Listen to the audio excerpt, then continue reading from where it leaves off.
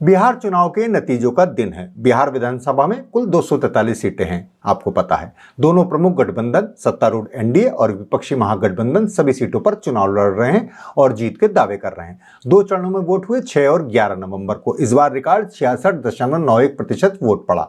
इस बार जिन सीटों पर सबसे ज्यादा नजर रहेगी, खास हैं जो सीटें, उनमें है मुख्यमंत्री पद के उम्मीदवार आरजेडी नेता तेजस्वी यादव की राघोपुर सीट। वह पिछली 2 बार से इसी सीट से विधायक हैं। हालांकि दिलचस्प है, आप शायद भूल गए हो कि एक बार फिर मुख्यमंत्री की रेस में शामिल जेडीयू नेता और मौजूदा मुख्यमंत्री नीतीश कुमार चुनाव मैदान में नहीं हैं।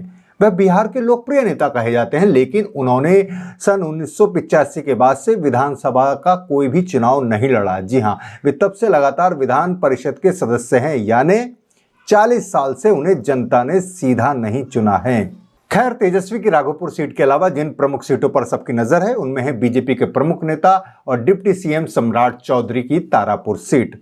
दूसरे डिप्टी सीएम विजय कुमार सिन्हा लखीसराय से चुनाव लड़ रहे हैं। इसके अलावा भी कई अन्य अहम सीटें हैं जहां से नीतीश कैबिनेट के मंत्री चुनाव मैदान में हैं। प्रशांत किशोर की जनसुराज और ओवैसी की एमआईएम की परफॉर्मेंस पर भी सबकी नजर रहेगी। 2020 का आंकड़ा भी जल्दी से याद कर लेते हैं। 2020 के विधानसभा चुनाव में एनडीए ने कुल 125 सीटें जीती थी, जबकि महागठबंधन ने 110 सीटों पर जीत हासिल की थी। एनडीए की 125 सीटों में जेडीयू ने 43, बीजेपी ने 74, हिंदुस्तान अवाम मोर्चा यानी हम ने 4 और वीआईपी यानी विकासशील इंसान पार्टी ने 4 सीटें जीती थी। वीआईपी 2020 में एनडीए के साथ थी, इस बार वो महागठबंधन के साथ है।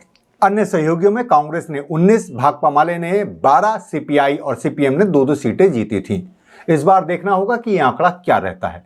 इसके अलावा आप ये भी ध्यान कर लीजिए कि बिहार के साथ ही 7 राज्यों की 8 विधानसभा सीटों पर हुए उपचुनाव की भी मतगणना हो रही है। इनमें है जम्मू कश्मीर की 2 सीटें, बड़गांव और नगरोटा, राजस्थान की 12 जिले की अंता सीट, झारखंड की घाटशिला, पंजाब की तरन तारन, तेलंगाना की जुबली हिल्स, मिजोरम की डंपा और ओडिशा की नुआपाड़ा सीट।